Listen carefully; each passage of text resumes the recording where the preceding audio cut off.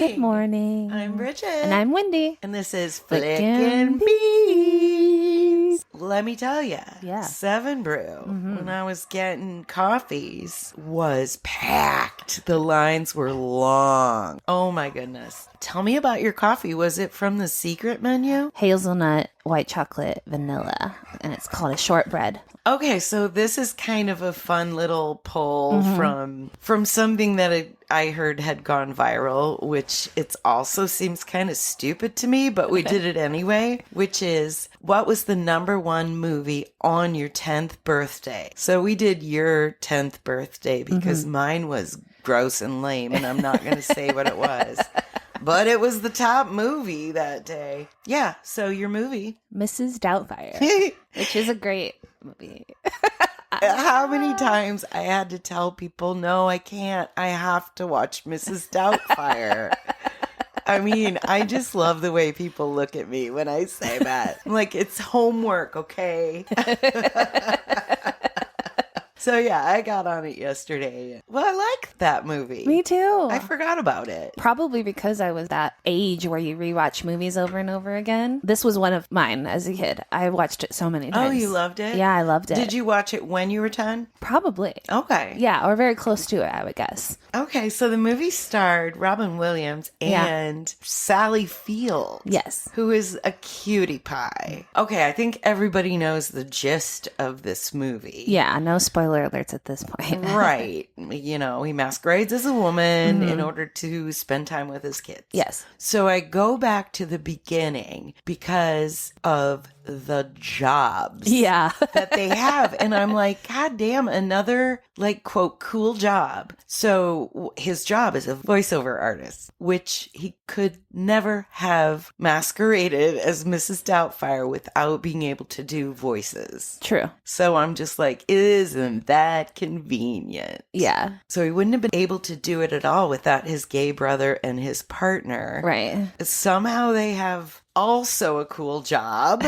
doing like, it looked like movie makeup and stuff. Yep, So they made exactly. latex masks. Could you handle having your face covered in goo for as long as it takes to make a plaster cast? I've done it before. Really? But it was like, what's the thing that you take newspaper and you put glue on it? Paper mache. Paper mache.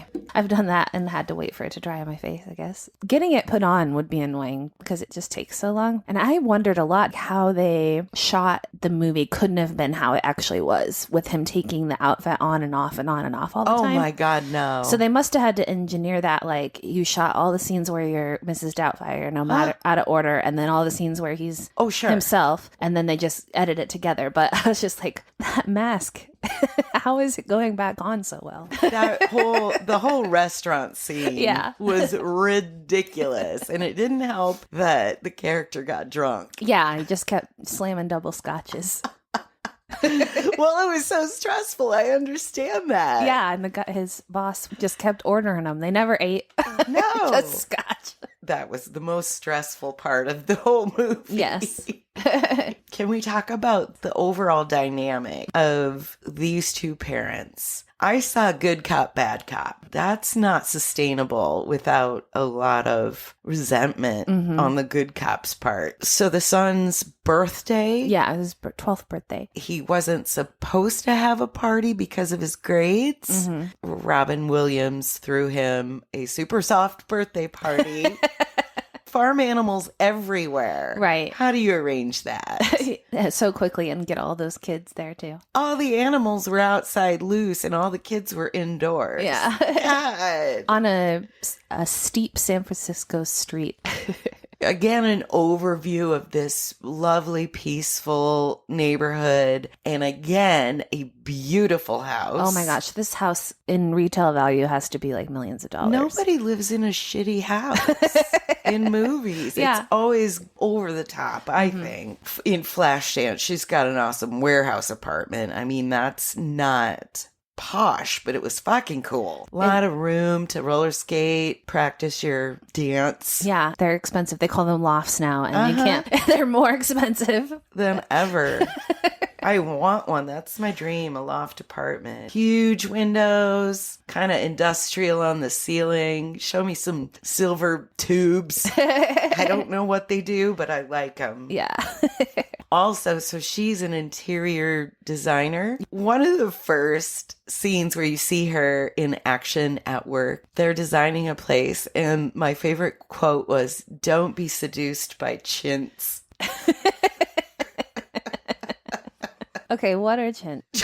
What are chintz? It's a type of fabric. Okay. It's kind of shiny-ish, and it would be something that you would upholster with. Okay. But I like that you said, what are chintz? I don't know. Don't be seduced by chimps. I don't. Either. No. They're terrible. When Mrs. Doubtfire comes for her interview, he compliments the house and he says, "It reeks of taste." He also asks her point blank, "Oh, did you do all the decorating?" Which is something normal people don't ask. You just assume that someone did the own decorating in their house. Well, in $1 million house. I was gonna say they're rich, I guess. I mean, do you think Kim Kardashian does her own decorating? She's got somebody there. Oh no, yeah, she does. Yeah, she's like, "I want chintz." He was quite abrupt with her, judgy, but also curious as to why she wanted to divorce him. As a kid, I feel like I would have watched this thinking his character was fun, mom was just being mean, that kind of thing. I kind of remember viewing it that way, and now as an adult, I'm like, oh my gosh, yes, divorce this man. He's going behind your back, he's undermining you because you said your kid couldn't have a party, and giving him a party. Right there, that messed up. And then he invites barnyard animals, which make a huge mess. She has to come in and clean it all up. You get the impression he does this kind of thing a lot. The whole time I'm like, yeah, this would make me so angry. I understand her side a lot more as an adult. Plus, he had just lost his job. Yeah, he quit. So you're going to go rent all these animals and you don't have a job? Fuck that. Well, he quit it. Valid reason. He didn't want to do a cartoon that glorified smoking for kids. It's such a Robin Williams thing to go off script and ad lib. They played each scene as scripted 2 or 3 times, and then he was allowed to improvise. He called it playing. That's part of what makes it funny. If it wasn't written for him, it was adapted to Robin Williams' personality. All the voices that he does and is well known for. And his energy is just, it seemed like it was very fitting for him. And it was clear that they allowed him to go improvise. And he's so good at that. How quick he is. And maybe Jim Carrey is similar energy that just doesn't seem to stop. I would agree. I think it was written for him. Another fun fact is when he was in costume, he went around the town. He went into an adult bookstore and bought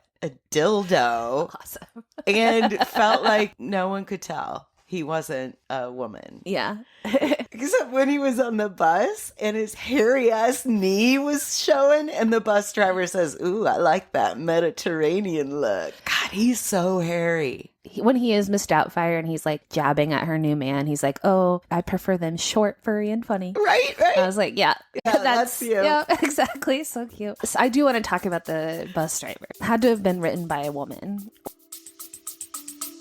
Woo-hoo! Coffee break. Let's talk about our beans. Hey Bean Flickers, have you followed us yet? We are on Instagram and Facebook at Flickin' Beans Pod. Make sure you like and subscribe and leave us a review.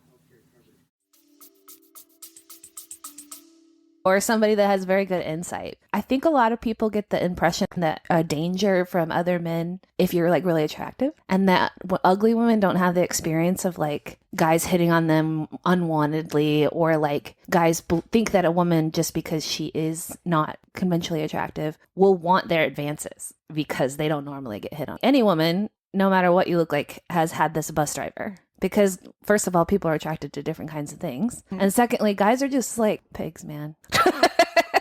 You've had this person say these things to you, and you're just like, That's what it feels like to be a woman sometimes. So he got the full experience.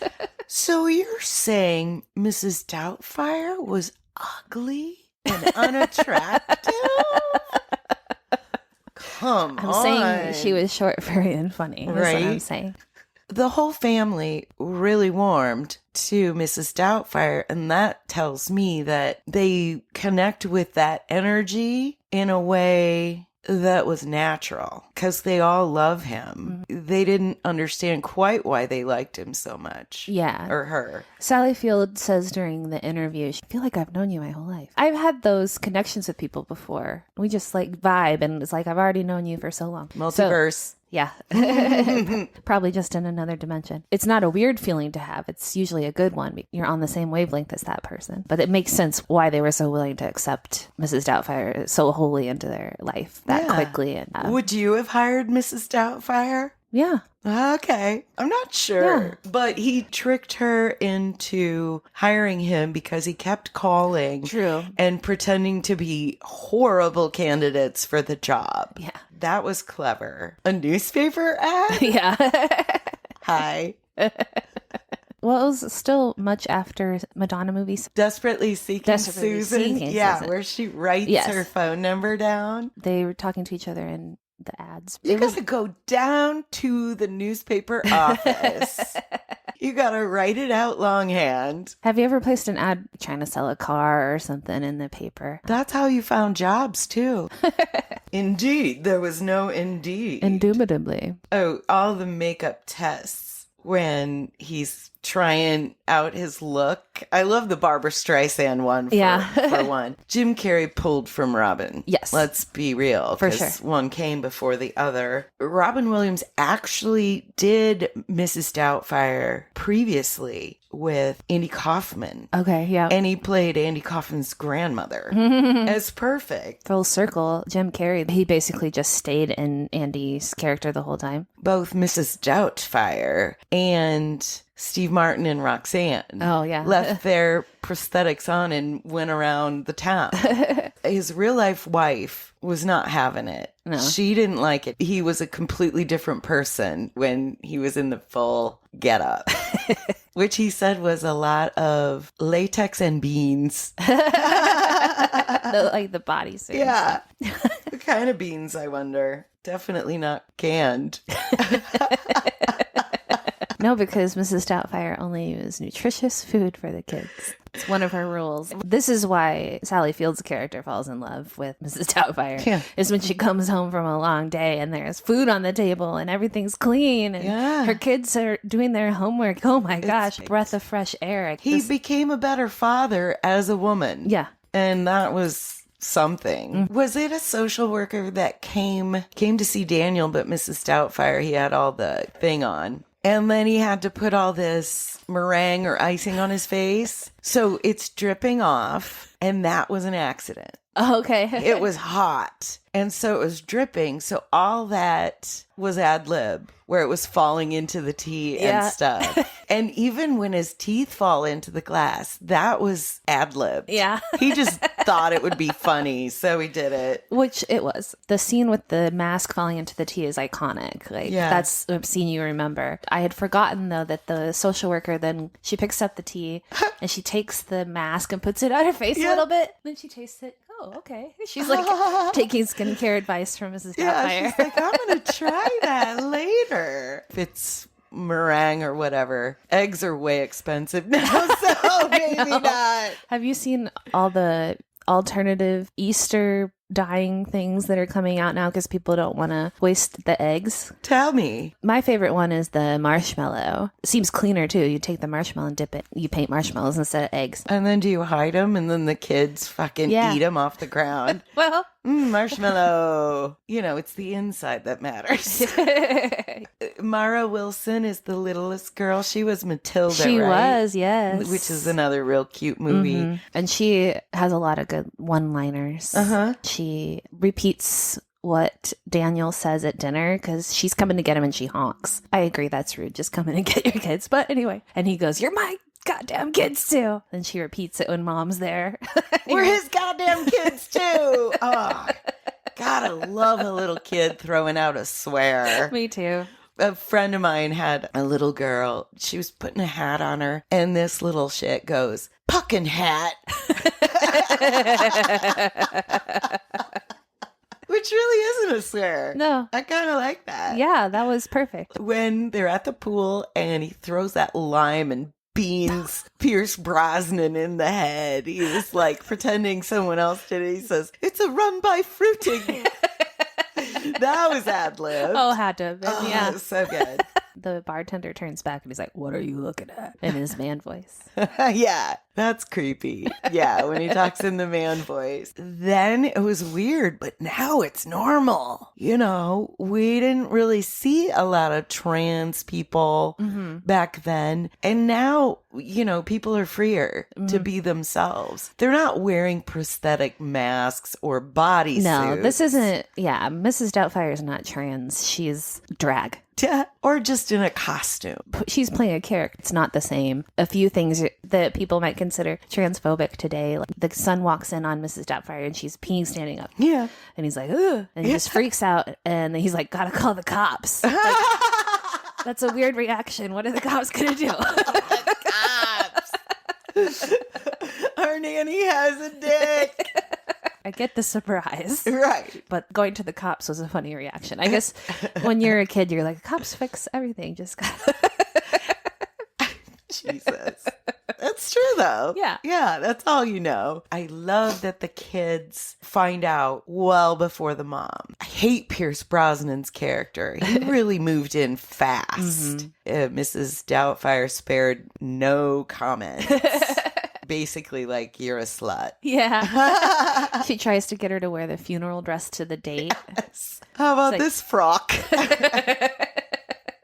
For real, they probably hadn't had a date night in forever. Yeah. They kind of lost that with the resentment of the good cop, bad cop. You can't do that and make yourself the favorite. You both have to be good cop, bad cop and on the same page. Because it's not only going to build resentment between you as a couple, but also it confuses your kids. Mrs. Doubtfire says the word dear.